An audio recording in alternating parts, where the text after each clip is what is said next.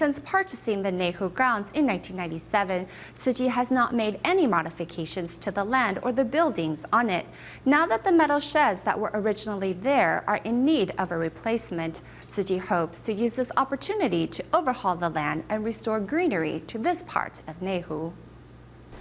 The Tzu Chi内湖grounds has remained unchanged for the past 18 years since the charity purchased it in 1997. However, as the metal sheds on the land are deteriorating while the cement pavement prevents water absorption, the grounds stand in desperate need of renovation. The law states that for any conservation area larger than 5,000 square meters to be developed, a rezoning application must be submitted.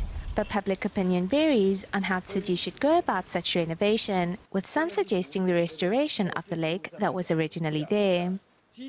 First, we're restoring the original environment. Since the area was previously a lake, we can design the buildings to sit on top of the water. The foundation will still be in the ground, but the buildings can be 2 stories above the water. This way, the redevelopment will not have such a large environmental impact. Actually, we have made such proposals in the many meetings we have had with the city government.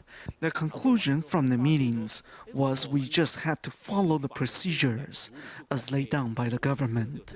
We have this in an official reply from the government.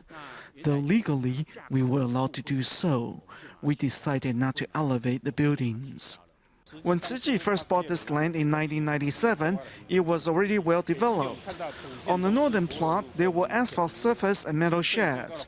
No efforts were made to preserve the original environment, nor did it have any water absorption capacity. It was not pretty to look at all. We hope that through redeveloping, we can change this area into an ecological park, which can also function as a recycling and education center. The theme of Tzu Chi's redevelopment projects is to create urban spiritual cultivation grounds. At the recommendation of the city's urban planning committee, the floor area ratio dropped from 120% to 100%, and the grounds will feature green architecture, forests, and ponds. The former deputy mayor, Lin Congyi, liked the plan we first submitted.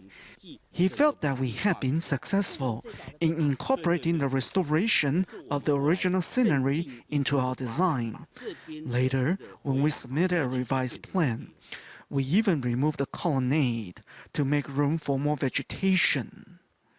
The proposed new内湖grounds will be 65% lawn, while the remaining 35% will be buildings. The northern plot will feature a Jingsi Hall, a disaster coordination center, a volunteer training center, and a recycling education center. The southern plot will feature a kindergarten, a continuing study center, a library, and a community activity center. On the northern plot, we will have a building where the highest floor will be 7 stories. The building will then regress, fanning outward down to 5 stories, and then 3. The reason of the design is for better air circulation. Due to the local geography, it can get windy here, so we want to redirect the wind into our classrooms and meditation chambers. We want to utilize the area's abundant natural light and wind. So 35% of the land will feature new structures, while the remaining 65% will become natural lawns, featuring an ecology park and detention ponds. When you look at it, you will see nothing but beautiful greenery, which will mirror nearby Dahu Park. In the new proposal, there will be 20,311 square meters of lush green forests. With its emphasis on green architecture and the environment, the restoration plan is bound to have a positive environmental impact on the area.